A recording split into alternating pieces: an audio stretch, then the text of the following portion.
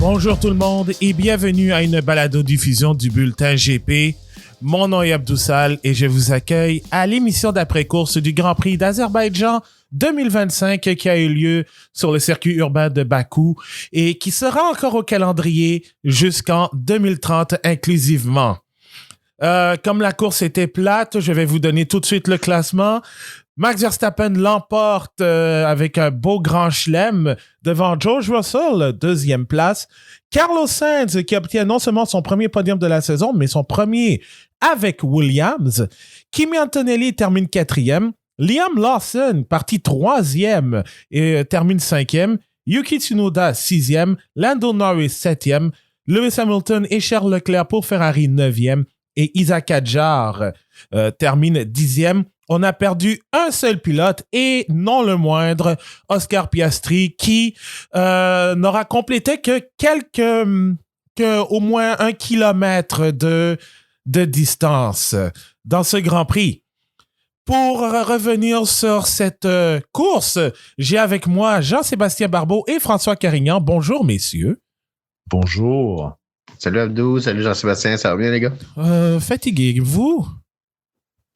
Ennuyé. Moi, j'ai oversleep, j'ai manqué les quelques premiers tours du Grand Prix et ça aurait été une bonne décision. T'as bien fait. Parce que, honnêtement, à part quelques actions à gauche et à droite, il s'est pas passé grand-chose, honnêtement. À part Oscar qui manque de skills au premier tour. C'était le point marquant de ce Grand Prix. Mais avant de parler de ce moment, on va parler de la balade du Max heureux. Max Verstappen. Oh. Oui. Ouais, ça part fort sur les références ce matin. Hey boy. Donc, Max Verstappen qui l'emporte avec la saison de Grand Chelem au tennis qui s'est terminée, Verstappen en ajoute un autre avec son 6e. En gros, on n'a pas grand-chose à dire sur Max. Il a été très bon aujourd'hui, Jean-Sébastien. Oui, il était bon du début jusqu'à la fin, jamais été intimidé. La relance après la voiture de sécurité a attendu quasiment le plus tard possible pour faire la relance. Là. Il était assez bien avancé sur la ligne droite. A pas vraiment surpris Carlos Sainz. Avait l'écart qu'il avait à avoir pour être confortable. Puis ensuite a continué droit comme une flèche. Puis fini par gagner le Grand Prix avec 14,6 secondes d'avance sur George Russell. Peu de choses à dire, c'était clean, c'était propre. L'arrêt au puits était bon aussi, le seul qui a fait. Pas d'erreur. C'était un sans faute. Ouais. C'est ce qu'on attend d'un pilote qui est 4 fois champion du monde de Formule 1. Et fun fact, c'est la première fois depuis la saison dernière avec Canada et Espagne que Max Verstappen remporte 2 Grands Prix consécutifs. Oh. Quand même. Ouais. Ça fait un peu plus d'1 an que Max n'avait pas fait ça. François, et pour ajouter à ce que Jean-Sébastien a dit aussi, ce qui était inhabituel par contre, c'est de voir Max commencer avec les pneus durs. Parce que quand même, et je sais pas si tu partages le point,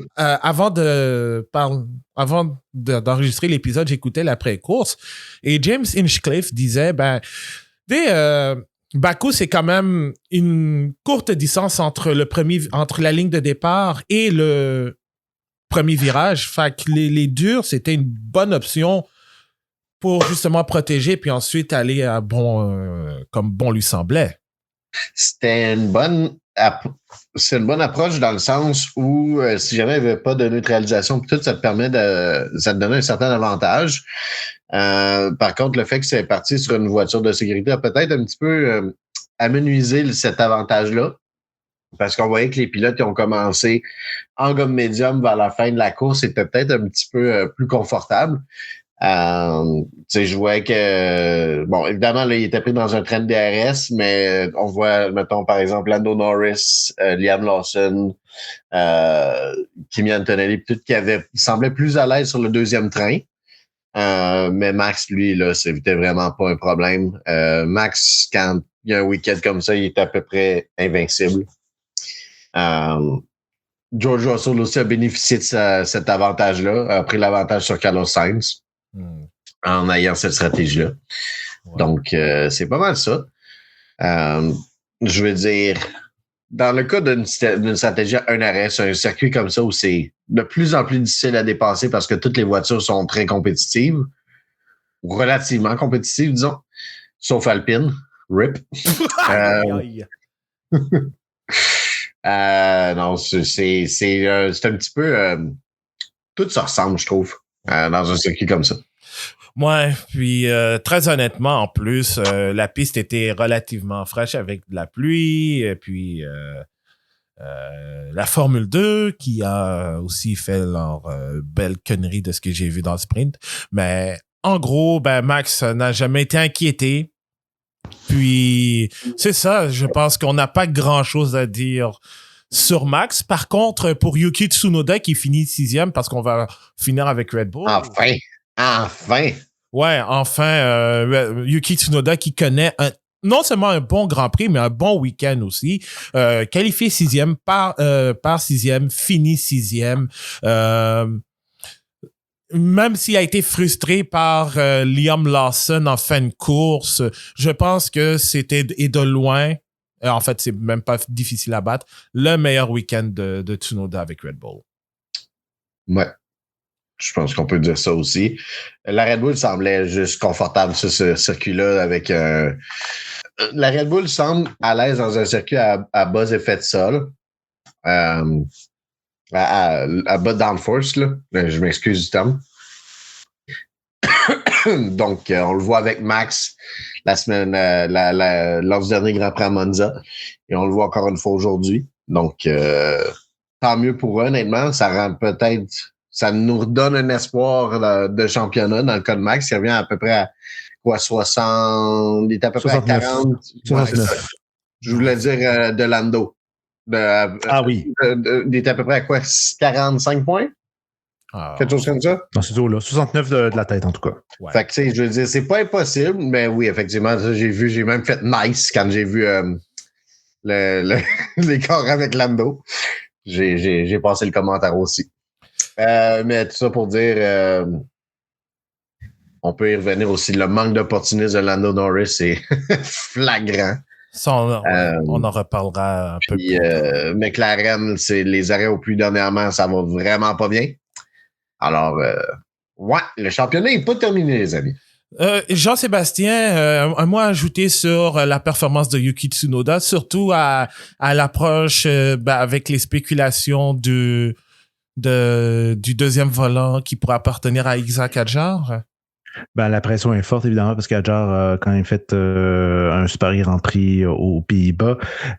C'est peut-être un peu moins le cas aujourd'hui pour Hadjar qui finit 10e, mais bon, il marque quand même un point, donc c'est toujours bien. Mais pour Yuki Tsunoda, oui, comme tu as dit, c'est son meilleur week-end. C'est de la confiance qu'il faut pour construire pour le prochain Grand Prix. C'est sûr que le prochain va être assez difficile quand même avec Singapour, là. Ça n'avantage pas les Red Bull, le prochain Grand Prix. Mais quand même, c'est des points, c'est bien. C'est une voiture qui marchait bien, mais qui marchait bien aussi pour Yuki. Donc ça, c'est quand même la grosse nuance. Donc, est-ce qu'il a trouvé quelque chose qu'habituellement il trouve pas quand même? Parce que la dernière fois où Verstappen a fait une victoire, et à mon souvenir, Yuki est un peu loin. Donc là, au moins, il arrive à se reprendre un peu. Donc, c'est quand même bon signe. Mais encore une fois, c'est la qualification qui détermine d'à peu près tout. Là. Il y a eu beaucoup de circonstances dans la qualification. Si on avait une qualif normale à Bakou, je suis pas certain que Yuki serait 6e en ce moment en raison de tous les rouges, de tous les accidents qu'il y a eu. Là. Ça aurait pu avoir un autre résultat pour Yuki Tsunoda. Donc, qui profite d'une qualification heureuse pour avoir une course heureuse aussi. Exactement. Puis ça a fonctionné hier. C'est la qualification hier et tous ces drapeaux rouges qui a déterminé en grande partie le résultat du Grand Prix et la performance aussi. Donc, si ça peut donner un peu de confiance à Tsunoda pour le reste de la saison. C'est sûr que, comme tu l'as dit, à Singapour, ça va être un peu plus compliqué, mais je pense entre autres à peut-être Austin, Brésil, Vegas, ou même à la limite Mexico, où la Red Bull a souvent été bonne aussi. Donc, là-dessus, ça pourrait aider, mais si ça peut commencer avec Bakou dans le dernier stretch de la saison, ça pourrait être le cas. Jean-Sébastien, on va tout de suite parler de McLaren avant de passer à un de leurs anciens collègues de travail. On en a parlé avec l'abandon d'Oscar Piastri, qui est finalement humain. Il y a le fait que Lando Norris n'a jamais fini 7e, s'est qualifié 7e, et avec un week-end horrible et un skill issues de la part de Piastri tout au long de la fin de semaine, pas seulement aujourd'hui.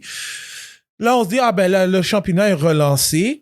Ce qui est le cas, mais je me souviens dans le texte que j'avais écrit après le Grand Prix des Pays-Bas avec l'abandon de Norris, Toto Wolff avait dit il y a des allures de 2016 avec l'abandon moteur de Lewis Hamilton au Grand Prix de Malaisie. On peut maintenant effacer cette comparaison. Oui, c'est vrai, mais il reste encore 7 Grands Prix à mon souvenir. Donc, il y a encore beaucoup d'événements comme ceux-là qui peuvent se dérouler. Quand Norris avait abandonné aux Pays-Bas, on disait « Ah non, le championnat est peut-être plié, c'est peut-être la fin, etc. » Mais je me disais « Mais c'est parce qu'une situation inverse peut très facilement arriver très rapidement et ce qui est arrivé aujourd'hui à Bakou. » Parlons dans un premier cas dans un premier temps du cas de Piastri, rate son départ en faisant un faux départ. Trigger en même temps Alonso qui a dormi au gaz là-dessus, il est censé surveiller les feux, pas la voiture devant. Là-dessus, slam dunk pénalité pour Alonso au passage. Ça, j'ai l'air d'un foin, là, surtout pour Alonso. Piastri, écoute, la faute arrive, hein. C'est pas inhabituel de faire ça. Puis ensuite, finit dans le mur, donc non seulement ne marque pas de points, mais en plus aura une pénalité à devoir purger au prochain Grand Prix. Donc, c'est un peu la double conséquence dans son cas. Donc, ça va être un peu rushant pour lui, visiblement. Déjà qu'il perd quelques points au championnat où il n'arrive pas à maintenir un plus grand écart. Là, va se faire prendre quelques secondes précieuses, surtout dans un circuit comme Singapour. Donc, ça, déjà, là, si on se projette, c'est déjà plus difficile. Donc, week-end oublié pour Piastri, évidemment. Du côté de Norris, il guère mieux en finissant 7e, donc ramasse un mec 4 points. 6 points. C'est pas suffisant pour remonter au championnat, évidemment. Norris a besoin de beaucoup plus que ça. Norris a toujours été un peu en demi-teinte. Pas le pilote sur lequel tu te dis je vais mettre tout mon argent pour qu'il devienne champion du monde ou l'espèce de Verstappen ou tout le temps un peu ouais, il a l'air bien, mais c'est toujours un peu limite. Et puis là, aujourd'hui, c'était vraiment limite. Donc, Grand Prix difficile, a eu de la misère à dépasser. Il n'a pas vraiment été capable de dépasser. Comme François a dit, coincé dans un train DRS à la fin, on espérait un peu. Mais bon, après l'arrêt au puits qui a été fait au 37e tour a été catastrophique en raison du pneu avant droit qui n'a pas été vissé correctement, donc un arrêt de 4,1. Mais même s'il y avait un arrêt normal, je pense que ça aurait été très, très limite. Abdou, on s'en était parlé sur les deux voitures qui ont fini devant lui finalement lors de la sortie des puits. Je pense que ça aurait été très, très serré. Donc, ouais, pour Norris, c'est un week-end oublié, même s'il ramasse des points, même s'il remonte tranquillement sur son coéquipier pour le championnat. Mais les mathématiques font en sorte que c'est pas assez, puis il va falloir qu'il batte à la régulière au cours des prochains Grands Prix pour devenir champion du monde. Puis ça, franchement, je pense pas que c'est gagné d'avance parce que je pense que Piastri a l'ascendant sur Norris. Ouais. Puis juste ajouter aussi, parce que oui, il y a la pénalité de 5 secondes pour le faux départ, mais comme Piastri a abandonné... c'est reporté au Grand Prix suivant? Non, en fait, non? Parce que comme c'est une pénalité de 5 secondes je pense que c'était Luke Smith qui a publié ça sur Blue Sky et je l'ai donc selon le guide de pénalité, dans le cas qu'il y ait une simple pénalité de 5 secondes dans laquelle un pilote n'est pas capable de servir suite à un abandon, les commissaires ne vont pas la convertir en pénalité de grille pour la prochaine course. Alors, si c'était... Il aurait fallu que ça soit 10 secondes, dans le fond. Exactement. Si c'était un 10, ben là, ça aurait été une pénalité entre 3 et 5 places. Donc, c'est un peu une bonne nouvelle pour Oscar. Oh, OK. Dans ce cas-là, mais... La mauvaise nouvelle, si on se fie aux formes des derniers Grands Prix de Singapour, c'est un circuit qui risque d'avantager Lando Norris plus que Oscar Piastri. Vrai. Par contre, si jamais Lando continue à avoir des ratés un peu comme ça, tu sais, je veux dire, les 2-3 dernières courses performent mieux qu'Oscar. Par contre, il se passe toujours quelque chose qui fait en sorte que, tu sais, il réussit pas à aller chercher le maximum de points. À Monza, je pense que la voiture n'avait pas la vitesse de pointe pour battre la Red Bull. Il y a quand même eu un mauvais arrêt au puits, etc. Encore une fois, aujourd'hui, cet arrêt au puits-là aurait probablement pu l'amener en 5 ou 6e place. Je veux dire, c'est pas juste la faute de Lando Norris, mais de son côté, du côté de McLaren, il y a un gros manque d'opportunisme. Oui. Puis je sais pas si jamais, ils se disent que le championnat est terminé d'un point de vue des constructeurs. Fait qu'est-ce que peut-être mais tout le monde se lève un peu le pied ou encore perd sa concentration parce que, je veux dire, écoute, McLaren est tellement loin devant, ça prend les 2, 3 et la moitié des points de la 4e équipe au championnat des constructeurs pour totaliser leur manque de points. Ils sont à 626, quelque chose comme ça. Là. Les deux premiers ensemble en ont quelque chose comme 550. Là. Les deux et trois, excuse. Fait que, moi, je me demande si jamais c'est pas quelque chose qui est en train de se passer chez McLaren, peut-être un peu de manque de concentration parce que McLaren, dans les dernières années, avec Red Bull, était la référence au niveau des arrêts au puits. Faisait presque jamais d'erreurs. C'était pas mal toujours des constants. Mais c'est pas ça qu'on est en train de voir récemment. Puis des décisions stratégiques peut-être un petit peu douteuses aussi qui se passent. Un peu trop de patience des fois ou pas assez de patience. Dans le cas d'aujourd'hui, je pense que c'était peut-être un peu trop patient d'aller chercher 37 tours sur les médiums avant de changer. Alors, je pense qu'il y a pas juste les pilotes en ce moment qui doivent se regarder dans le miroir du côté de McLaren. Ouais. Et je dois dire aussi que, comme dans le cas de plusieurs pilotes avec des résultats hors de l'ordinaire, le tout s'est joué en qualification samedi. Ouais, oui. Puis d'ailleurs, quel qualif! Longue, interminable. Mais d'ailleurs, oui, j'ai oublié de dire, pendant cette qualif, Abdou, toi, tu es en train de courir un 5 km, ce qui est plus long que la course d'Oscar Piastri. Félicitations. Merci. Je peux me vanter d'avoir fait un tour, quelques kilomètres de plus que le meneur au championnat de Formule 1. Fait que ça Et presque autant que la qualif d'Alex Albon. Ouch! Oh, sick burn! Ouch! Ouais, mais et j'ai envie de dire parce je veux mettre ça. Oui, j'ai fait moins de conneries dans cette course qu'Alex Albon aujourd'hui. Ouais.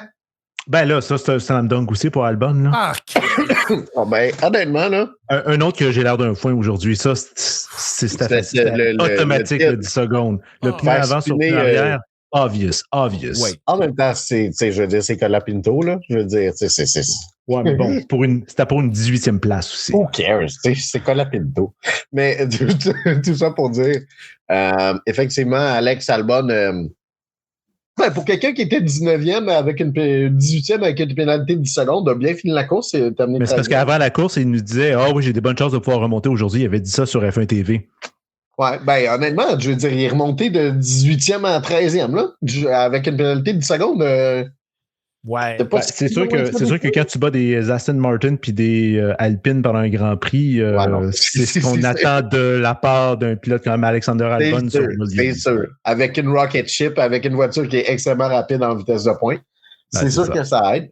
Mais tout ça pour dire, là, regarde, une grosse opportunité manquée pour Williams de ce côté-là ce week-end. Oui. Sainz termine sur le podium. Albon aurait facilement pu aller chercher un top 5 aussi, selon moi. C'est vraiment dommage parce qu'on dirait vraiment encore une fois là, que chez Williams, il y a juste un côté du garage qui fonctionne à chaque semaine, jamais les deux ensemble. Justement, ça nous permet de faire la transition de McLaren à Williams, justement. C'était une smooth operation pour Carlos Sainz.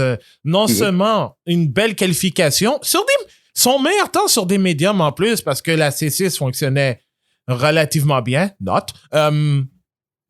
et quand même a bien fait dans les circonstances, même si la Mercedes, on en reparlera, a mieux géré la stratégie et était plus rapide que la Williams, mais je ne pense pas que Carlos Sainz va être déçu de finir 3e plutôt que 2e, Jean-Sébastien.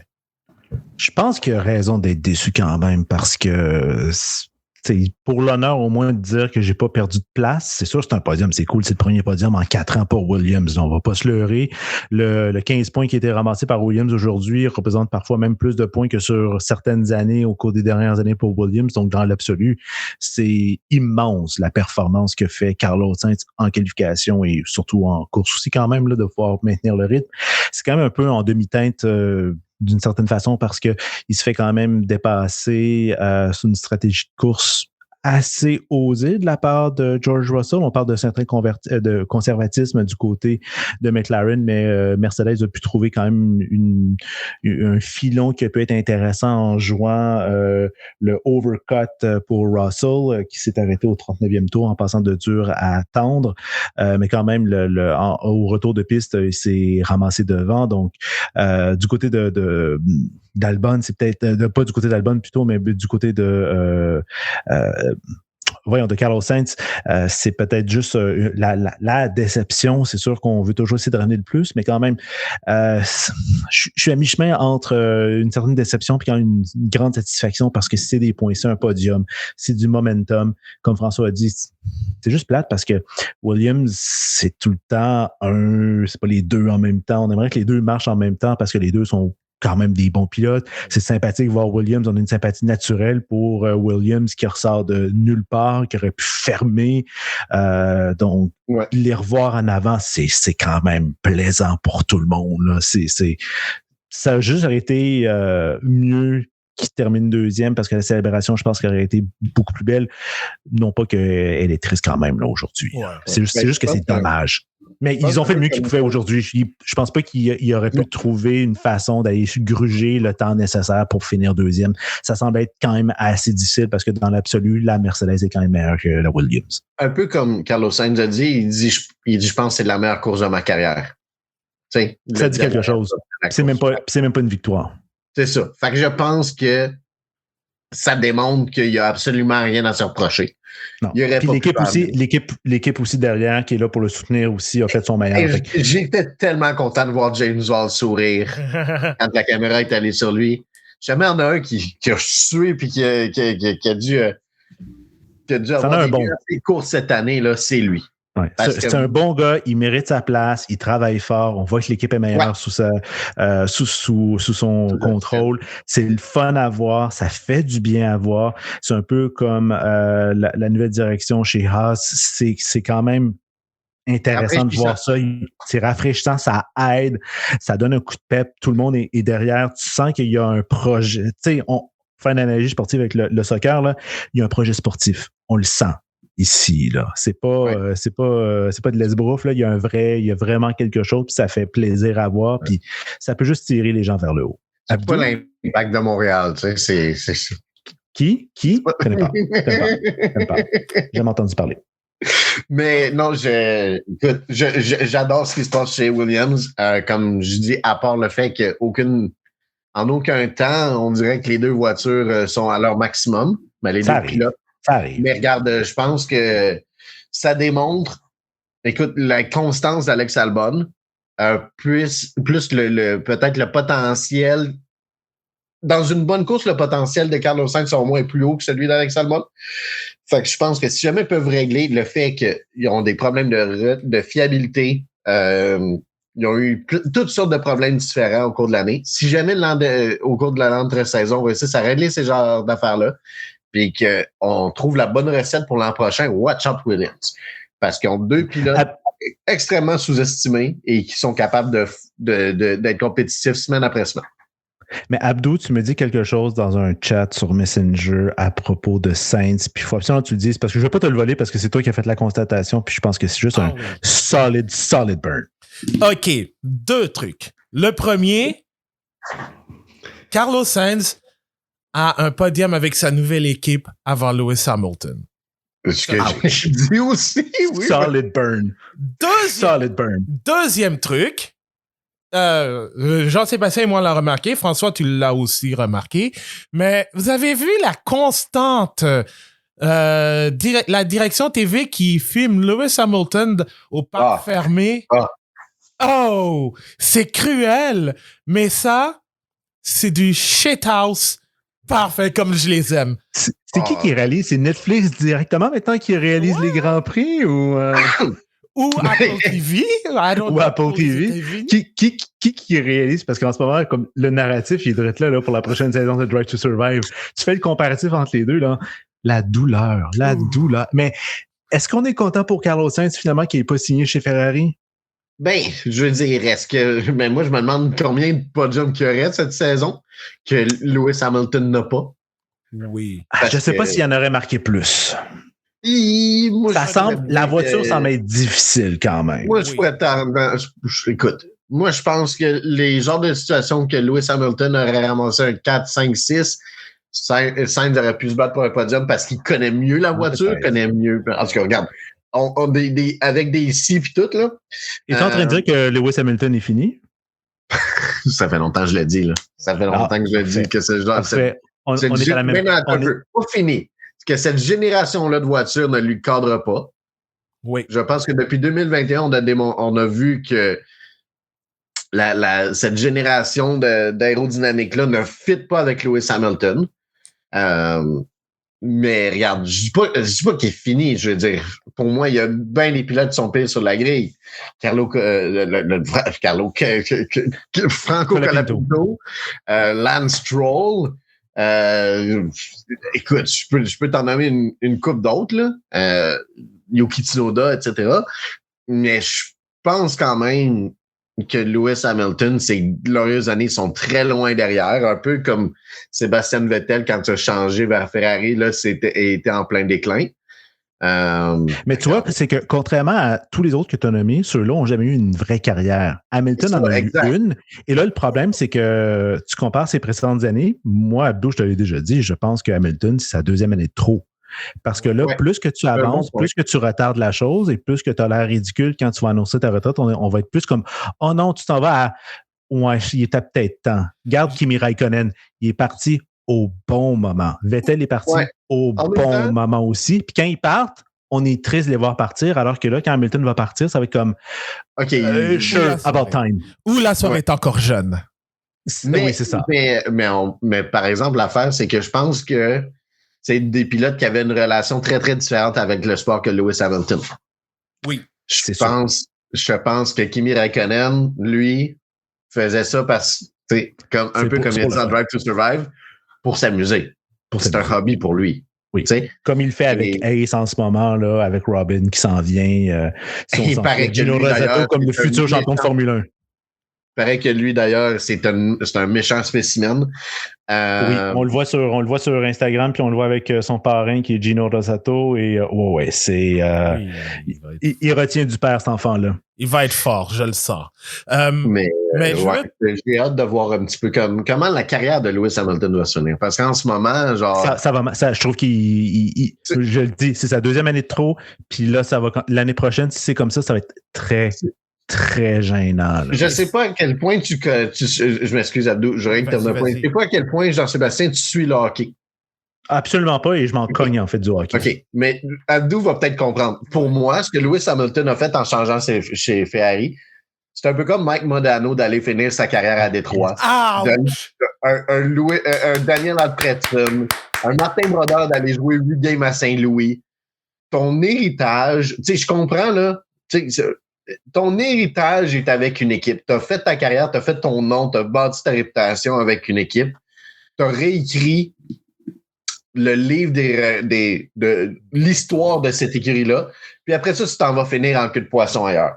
Ça fait un peu Tiger Woods pour faire du golf, là. Oui. Ouais, ben l'affaire, c'est que vu que on parle mais de. lui, il est complètement cassé aussi. Il est physiquement brisé. Oui. Mais tu sais, Martin Brodeur a joué 19-20 saisons avec les Devils du New Jersey, puis juste parce que lui, il pensait qu'il pouvait encore jouer, signe avec les Blues de Saint-Louis, sabote son héritage avec ses 3 coupes gagnées avec les Devils, puis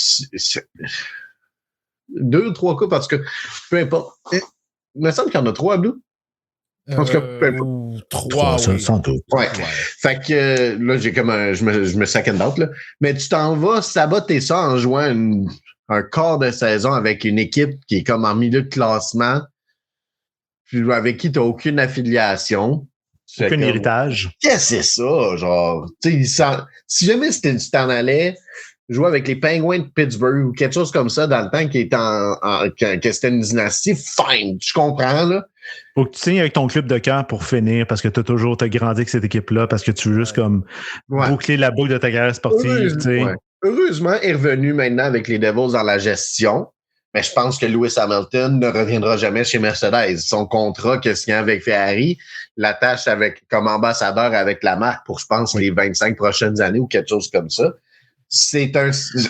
si jamais il était compétitif, fine. Tu sais, ça serait un peu crédible, mais en ce moment, chaque course qui déçoit un petit peu, je trouve que ça salit, mais ça noircit un peu son héritage avec Mercedes. Tu vois, Fernando Alonso, je trouve qu'il a une meilleure sortie de carrière en ce moment, malgré tout ce qu'il a vécu. Oui. Je trouve tu sens qu'il est là encore pour le plaisir de conduire. Il essaye de gagner, évidemment. Ça reste quand même un des 20 sur la grille, donc il essaye.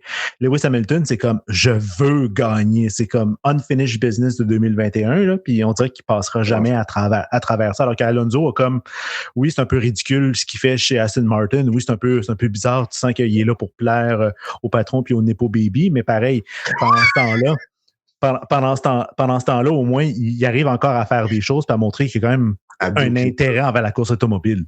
Abdou clip ça, Carlis. Définitivement. Définitivement. Jean-Sébastien, ça, c'est un... Am I right? Oh, mais c'est vrai. C'est vrai. Mais je veux dire, écoute, d'ailleurs, je suis pas capable de comprendre ce qu'Aston Martin fait. Oh. Je trouve que tout s'en vient dans le futur. La soufflerie, tout le reste, là, c'est une question de temps. Là. Oui, mais je veux dire, tu as deux pilotes qui ont clairement aucun avenir avec l'écurie ou encore qu'ils n'ont aucune chance de gagner l'écurie à moyen terme. Ils n'ont rien en arrière pour les backer comme futurs pilotes parce que Drugovich, c'est pas. Ils sont en train de brûler Drugovich. Il est en train de passer des années importantes de sa carrière assis dans les paddocks. Puis Drugovich va en Formule E avec Andretti la saison prochaine. Fait que ça, c'est déjà un pilote en moins. J'ai peu de doutes avec Jack Crawford actuellement. Non. C'est pas crédible. Pas ça. Ils ont manqué une opportunité de signer Perez ou Bottas qui est parti chez Cadillac. Il va falloir qu'il signe quelqu'un en F2. Là. C'est qui déjà? C'est Fornaroli qui en ce moment il est pas signé avec personne.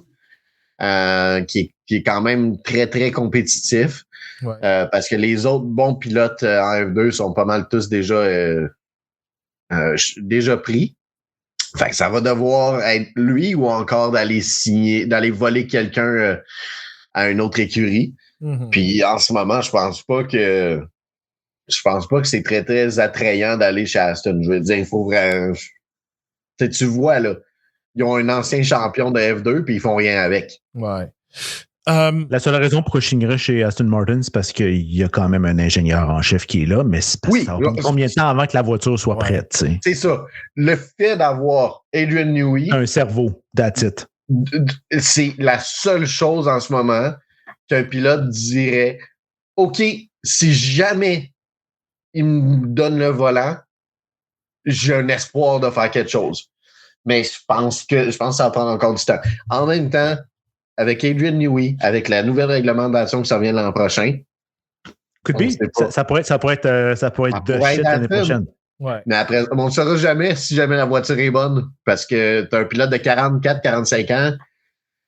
Je pense qu'on va le voir, sa voiture est bonne. Je pense qu'on va foncièrement le voir, sa voiture est bonne. Je pense que Fernando Alonso, à cet âge-là, ne pourrait pas être semaine après semaine aussi compétitif que des Piastri, des Verstappen et tout. C'est sûr que non. Mais après, est-ce que le père Stroll serait capable de mettre X millions de livres sterling pour acheter le contrat d'un autre pilote pour le faire venir? Mm-hmm.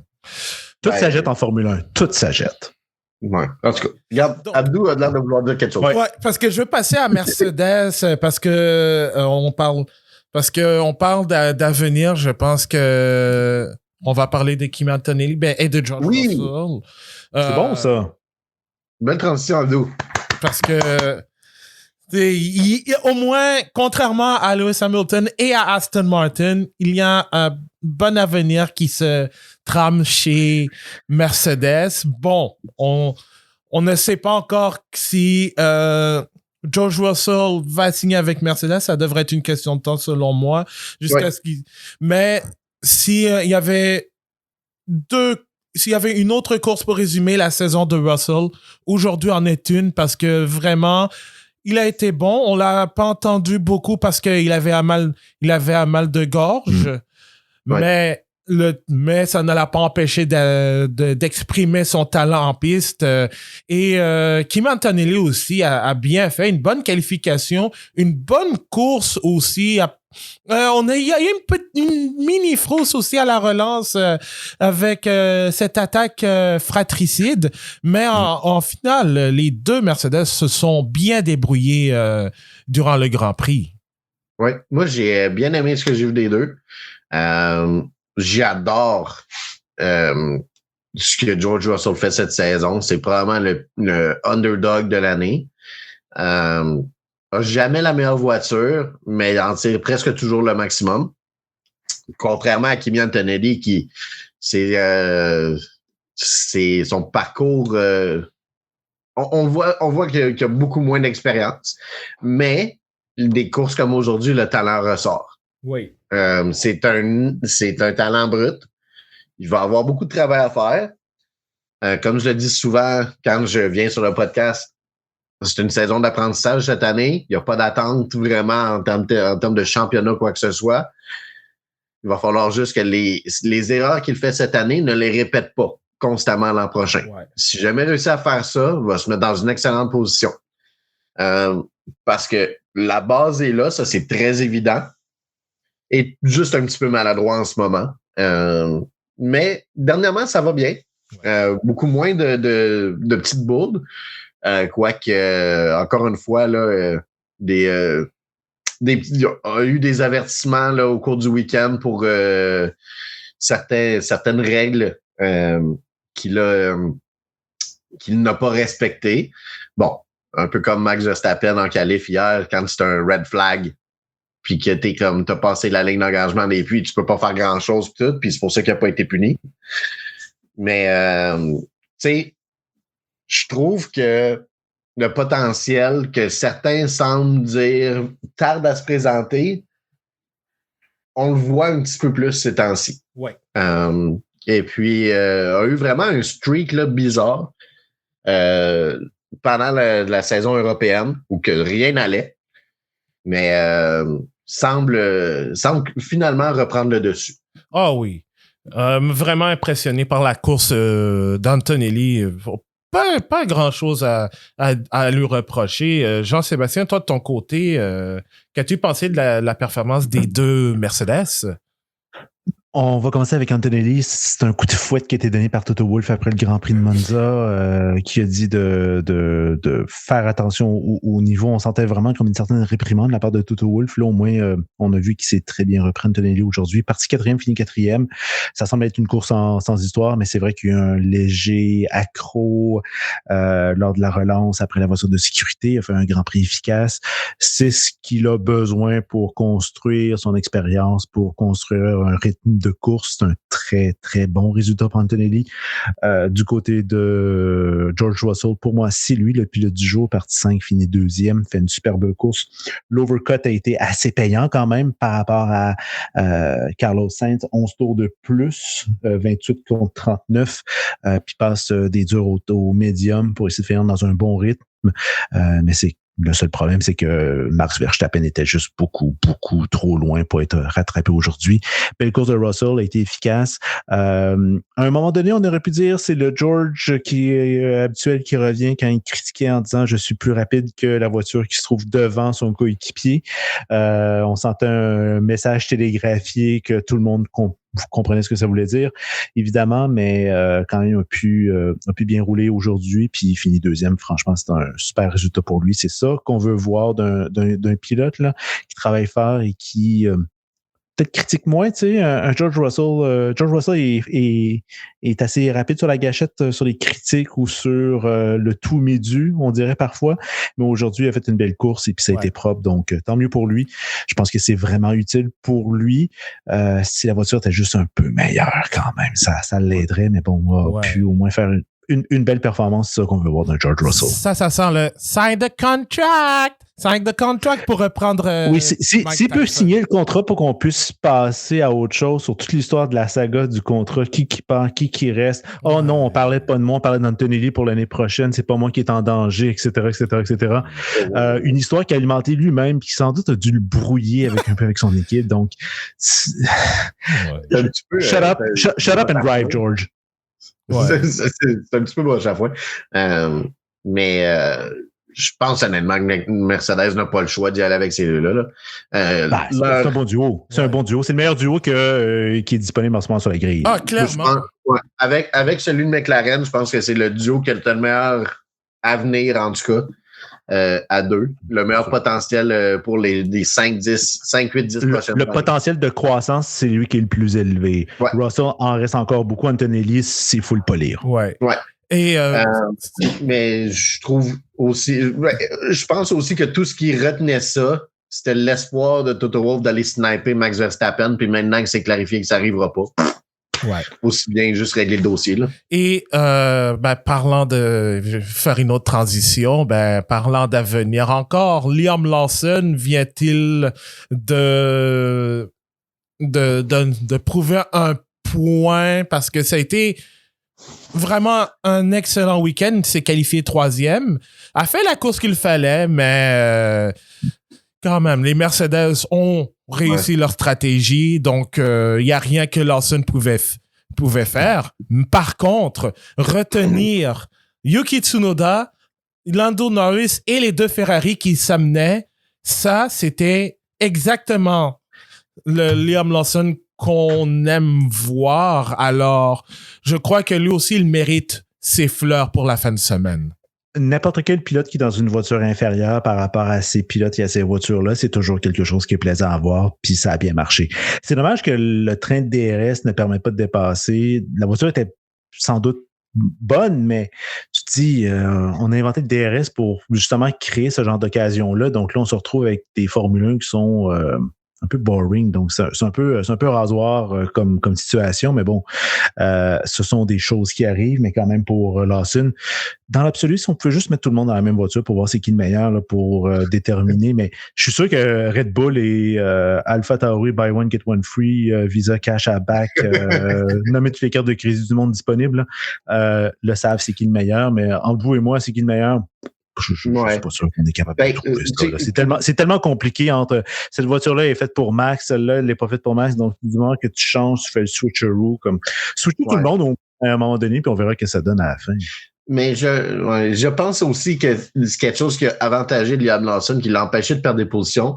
Le fait que quand tu as 4 voitures dans un train DRS, ça fait en sorte que celle qui est en avant est avantagée parce que celle qui est la deuxième va jamais essayer d'être agressive sur le dépassement parce que sinon, si jamais tu manques ton coup, tu te retrouves en arrière. Fait que tu as toujours un avantage d'être le premier ou le dernier dans un train de DRS, d'un point de vue. Mais il faut oser à un moment donné, là. Ça reste la Formule 1, il faut quand même essayer d'oser. Mais je veux dire, tu comprends mon point que si jamais Tsunoda essayait un move bold et que ça marchait pas, ben non seulement il perdait sa position, il gagnait pas sa position, mais il perdait sa position à Norris et Hamilton. Fait que je vais être méchant. Est-ce que Tsunoda est capable de faire un move bold? OK. Cela dit. Mais je pense quand même. Mais tu comprends mon point, je pense. Non, absolument. C'est juste plate. Dans un train de DRS, tout ce que tu espères, c'est que quelqu'un fasse une erreur. Tu peux pas te compromettre.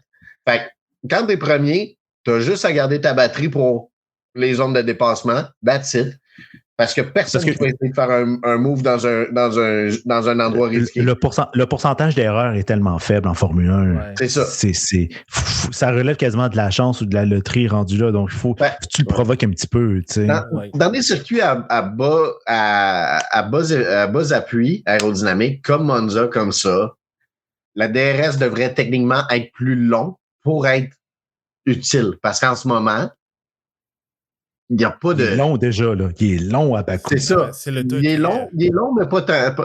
Mais tu comprends mon point qu'en ce moment, vu que tu runs un skinny wing dans ces circuits-là, je veux dire, ton avantage de vitesse de pointe est quoi, 12-13 km/h? Comparé à 30 sur d'autres circuits? Fait que le DRS fait rien en tant que tel sur ce circuit-là. Fait qu'il faudrait qu'il prolonge, mais maintenant, ça deviendra un cheat code. Fait que t'as pas de situation gagnante. Je pense que les éléments aérodynamiques actifs l'an prochain risquent d'être quelque chose de plus intéressant. J'ai hâte de voir comment ça va être utilisé. Je pense qu'au début, ça va être des meilleurs pilotes qui comprennent la game vont être capables de l'optimiser. Mais après ça, les écuries vont bâtir les voitures comme des tanks, un peu comme maintenant, qu'au début de cette génération-là, ils étaient capables de se dépasser, redépasser. Mais maintenant, ils ont bâti tous leurs éléments aérodynamiques pour faire de l'interférence. Fait que ça va juste prendre une année ou deux avant que la stratégie devienne plus comment être rapide, mais comment nuire à tes rivaux. En ce moment, c'est ça, la F1, tu crées du dirty air, tu crées une situation où c'est dur de dépasser quand tu es dans une situation où ce que la F1 voulait faire avec cette nouvelle génération-là, c'était justement de créer des situations où tu étais capable de dépasser même dans des virages à haute vitesse, tu sais, que tu es capable de prendre des lignes différentes. Et je veux terminer cet après-course avec Ferrari parce que... Quoi, Alpine? Il s'est passé quoi avec Alpine à part leur balai synchronisé dans le mur? Hey, ça, j'ai ri en tabarnak. Je m'excuse, là. Mais t'en vois un dans le mur, puis l'autre, oups! Ah non, c'était du Alpine tout craché, ça. J'avais la face de Flavio en tête qui devait déjà planifier comment les punir à leur retour au puits. Ou le bon vieux GC. Le bon vieux Jesus Christ. Ça. Bref, dans l'Italie, un autre Ferrari. Je les voyais, on les voyait rapides. Je sais que les tifosi avaient un certain espoir, mais tout s'est effondré en qualification avec Lewis Hamilton à sa position moyenne des derniers Grands Prix en qualification et Charles Leclerc dans le mur. Ce qui a été un setback en course, au moins ça s'est relativement mieux passé, mais j'ai l'impression qu'il y en avait beaucoup, ils en laissé beaucoup dans l'assiette, Jean-Sébastien. Ouais, ben, Leclerc part 10e, Hamilton part 12e, Hamilton finit 8e, Leclerc termine 9e. Donc, dans l'absolu, ils ont marqué des points, ils ont gagné des positions, ils ont pas reculé. Mais à part ça... Mais juste une question. Leclerc a laissé passer Hamilton à un certain point? Oui, juste avant la ligne d'arrivée. Avant la ligne d'arrivée. OK, mais est-ce que... Non, mais plutôt dans la course, est-ce que... Justement, moi, je pense que on a vu les deux se dépasser à la ligne d'arrivée. Est-ce qu'il était trop tard? Parce que Leclerc était devant Hamilton juste avant la ligne d'arrivée, puis au final, c'est Hamilton devant Leclerc. Il y a eu un switch dans les derniers mètres de la course. OK.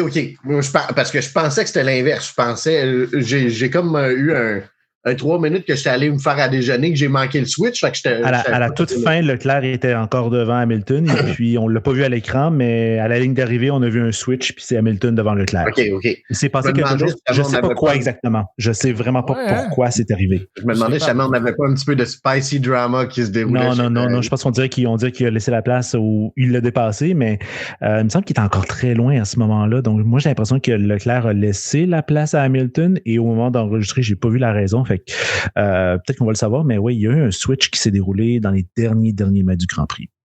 OK. Parce que moi, je pense sérieusement, Ferrari l'a échappé durant le week-end. Je pense qu'au rythme où ça allait, c'était probablement un top 5 ou un top 6 qui attendait les deux voitures. Ouais. La façon dont la Q3 s'est déroulée a un peu saboté le week-end de tout le monde. Oui. Tu sais, d'avoir une Q3... Le Q3 a profité pour Sainz. Oui, absolument. Puis Lawson, là, genre. Oui, parce qu'une Q3 normale, je suis pas sûr que ces deux-là sont là. Puis, par ailleurs, revenons là-dessus. Le McLaren qui envoie Lando directement après le drapeau rouge. C'est-à-dire que c'est toi qui te ramasses toutes les petites feuilles qu'il y a sur la piste, c'est toi qui te ramasses toute l'eau qui est en surface, puis tout. McLaren, encore une fois, en essayant de jouer trop safe, c'est peut-être tiré dans le pied parce que tu as la piste la plus fraîche possible après une neutralisation. Fait que piste froide, piste sale, etc. Lando, honnêtement, tu regardais son board, n'a pas fait tant d'erreurs, mais était 1 seconde plus slow.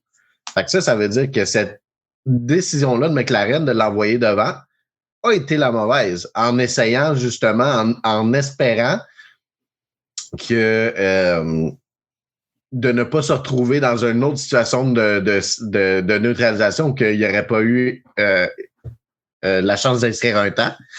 McLaren s'est tiré dans le pied. Fait que, on le voit que quand tu as un talent inné, comme Max Verstappen, peu importe la situation, tu vas être capable de faire un tour dans des situations de même. Donc, son tour était incroyable. Je pourrais dire aussi, si Ferrari got their act together, parce que Charles Leclerc est vraiment... je pense que le on-sync de Ferrari mais vraiment sous-estime vraiment les talents de Charles Leclerc, parce que je pense on s'entend, c'est un pilote très solide qui est capable de tirer le maximum, surtout sur en qualification. C'est le meilleur pilote en qualif, selon moi. Oui. Sur un tour, là, dans une condition idéale, je pense que c'est lui puis Max. Oui. Et là, en course, tout s'effrite parce que parce que l'équipe est pas capable de sortir de l'ordinaire, ou quand elle veut sortir de l'ordinaire, ben, tu sais, ça foire. Donc. Ça foire, hein? Donc, c'est pas mal ça. Et puis, regarde ce que ça donne. Ferrari, c'est pour ça que je dis que Ferrari en a laissé beaucoup dans leur assiette, parce que je pense qu'il va avoir un sentiment de devoir non accompli ce week-end, et je sais pas comment ça va se passer dans les derniers Grands Prix. Fait que j'ai vraiment un peu de difficulté à cerner Ferrari, comment elle va se comporter d'ici la fin de la saison. Mais Bakou, c'était un gros what if, personnellement. Donc voilà, c'est là-dessus que je vais compléter cette émission d'après-course. Je vais vous donner le classement des pilotes après ce Boerfest à Bakou. Oscar Piastri, avec son 0 pointé, reste à 324 points. Lando Norris, maintenant réduit l'écart à 25 points, donc l'équivalent d'une victoire. Max Verstappen est à 69 points de Piastri, nice, donc 255. George Russell est 4e avec 212 points. Charles Leclerc et Lewis Hamilton, 5e et 6e respectivement, avec 165 et 121. Kimi Antonelli est de retour à la 7e place devant Alex Albon, donc 78 et contre 70 pour Antonelli et Albon respectivement. Le point d'Isaac Hadjar lui permet d'être à 2 points d'avance sur Nico Hülkenberg en 9e place. Hülkenberg est donc 10e avec 37 points. Au classement des constructeurs, donc McLaren avait l'opportunité de remporter le championnat des constructeurs à Bakou. Ça va aller à Singapour, donc c'est 623 pour l'équipe de Woking. Mercedes passe 2e avec 290 points. C'est 4 points de plus que Ferrari à 286. Red Bull se rapproche, par contre, avec 272. Donc, c'est pas encore fini pour le titre de vice-champion. Williams est 5e avec 101 points. Racing Bulls est 6e avec 72. Aston Martin est 7e avec 62 points. Sauber, 8e avec 55. Haas est 9e avec 44 points. Et Alpine est bon dernier avec 20 points. C'est ce qui complète cet épisode d'après-course du Grand Prix d'Azerbaïdjan par le bulletin GP. Le prochain épisode sera l'après-course du Grand Prix de Singapour, donc sous les lumières de Singapour. On est disponible sur toutes vos plateformes de podcast préférées à Spotify, Apple Podcast, YouTube et partout le bulletin GP est disponible. On est sur Facebook, Instagram, Blue Sky et Threads @ le bulletin GP. Et naturellement, partout où et évidemment le groupe Facebook, la Monoplace, où vous pouvez discuter de tout et de rien sur la Formule 1. Jean-Sébastien Barbeau, François Carignan, merci beaucoup d'avoir été là. Un plaisir. Merci beaucoup, Abdou. Alors, sur ce, je vais aller me reposer comme il se doit. Mon nom est Abdou Sall. On continue toujours de rouler avec le bulletin GP. Portez-vous bien, faites attention à vous et on se retrouve pour un prochain épisode du bulletin GP. Salut tout le monde!